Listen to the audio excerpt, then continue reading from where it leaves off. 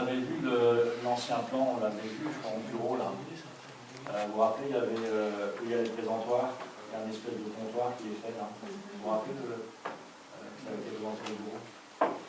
Ok, c'est bon? C'est bon, on passe au point numéro 5.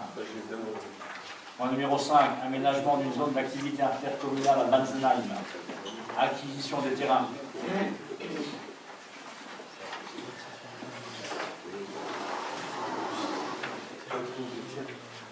Donc, la communauté de communes envisage l'aménagement d'une zone d'activité à Banzenheim, ça vous savez tous, on l'a déjà abordé, je ne pas ce point, entre la gare et la RD 59, tout le monde connaît.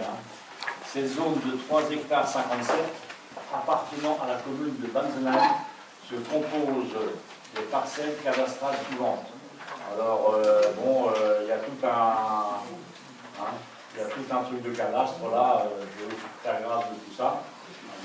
Cette future zone d'activité a été classée pour partie, à peu près un quart, en zone B11 M+. Alors là, c'est le PRTT. PPRT, le plan de prévention de risques technologiques.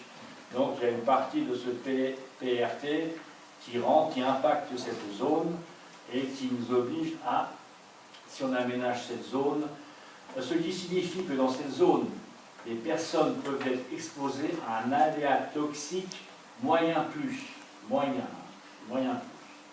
Le principe d'autorisation prévaut sans toutefois que la zone de vocation a augmenté significativement la présence humaine. Ça veut dire qu'on ne peut pas installer un truc avec 400 personnes. J'exagère un peu. Les activités ne devront pas comporter de locaux de sommeil et d'accueil au public. Les services de l'État ont exprimé que ces terrains auraient vocation à accueillir du stockage et du personnel ne pourront être présents que 10% de leur temps de travail. Donc c'est très restrictif.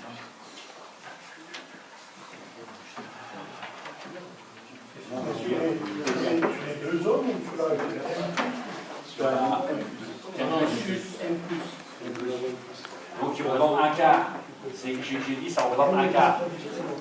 Là, vous avez le plan derrière vous, là. Si vous êtes obligé de vous retourner de nouveau, excusez-nous.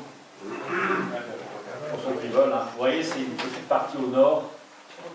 Vous voyez très bien où c'est, là. Vous voyez cette petite partie, là, le juste, là. La gare, vous la voyez. Il y a encore des diapos à venir, donc s'il y a de la place, peut-être.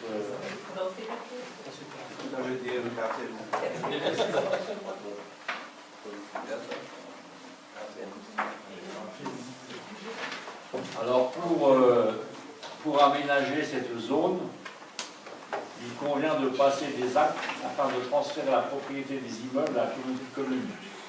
C'est sûr, puisque c'est la Comcom qui a la compétence d'aménager les zones d'activité. Le service de France Domaine a estimé ces terrains d'une superficie totale de 3 hectares 570 à 546 000 €.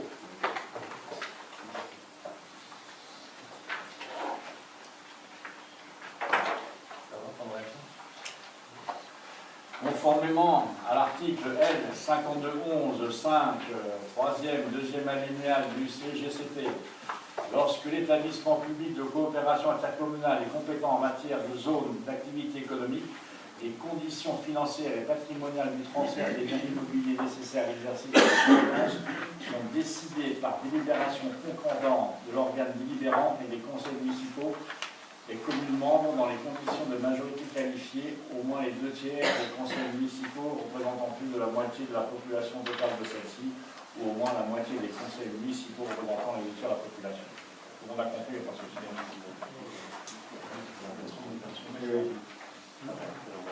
c'est cette solution qui autorise un transfert en pleine propriété des biens résulte pour l'essentiel du fait qu'il s'agit de biens aliénables en raison de leur affectation.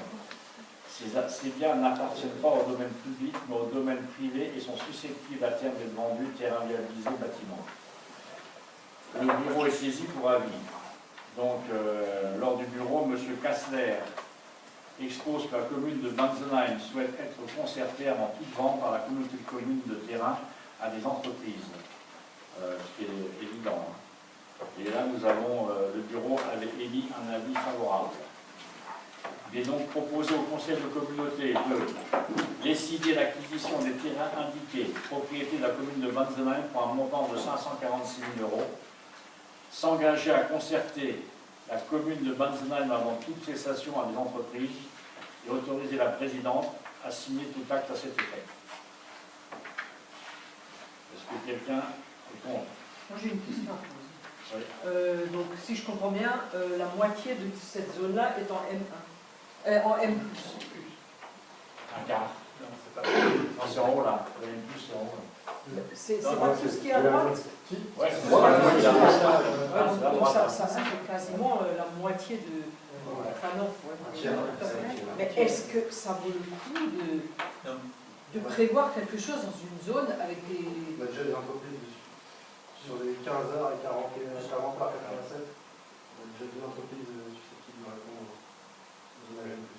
Mais elles existent déjà, les entreprises? Elles sont déjà en place? On a mis un panneau depuis plus d'1 an. Oui, et il y a beaucoup d'entreprises qui se sont manifestées, qui nous ont déjà démarchés, et on a pas mal de propositions auxquelles on n'a pas donné suite, mais qu'on a gardé en attente. En sachant qu'effectivement, on peut y laisser une personne 10% de son temps de travail, ça veut dire même pas 1 heure par jour. Sur le 15h, on a déjà du lavage automobile qui dit personne sur site. Juste ce soir pour ramasser l'argent des capteurs et du tunnel. Et sur les 40 heures, en fait, le Monsieur Ducret à l'arrêt, on lui dit 1 heure et des gaspilles. 10% de 24 heures. 10% de 8 heures. Non mais le but du centre de cette, enfin, sa partie qui est située en L+, il suffit qu'elle chevauche avec, qu'elle chevauche le M et le M+, pour qu'on puisse installer les locaux de confinement, et la parcelle en M+, elle est considérée comme le petit B qui est de l'autre côté de la limite. Donc c'est un petit peu, enfin c'est comme ça que nous la DDT nous l'avait exprimé, et ils ont même fait un plan, un schéma, où ils montraient, ce schéma par exemple, là, il a été fait par le bureau BRS, c'était une proposition, mais on a ils ont un autre plan où ils ont optimisé, c'est-à-dire avec une autre répartition des parcelles qui est plus judicieuse, c'est-à-dire pour l'aménagement en cas de risque. Alors, disons pour les confinements plutôt. En fait, on a la zone de 40 à 87 qui nous pose le plus de problème. On pourrait vraiment faire que du stockage. Et on a un plan, on avait dit, on va revoir ce Bien sûr. plan. Et ce plan, Mais là, ils sont pas trop qui sont mal parlés. Déjà, on peut faire un parking, vous avez là, je peux faire du parking, Ça, c'est bon. faire du stockage, C'est sûr. je peux faire plein de choses, ou du personnel, ou un plombier qui vient chercher son matériel peut avoir.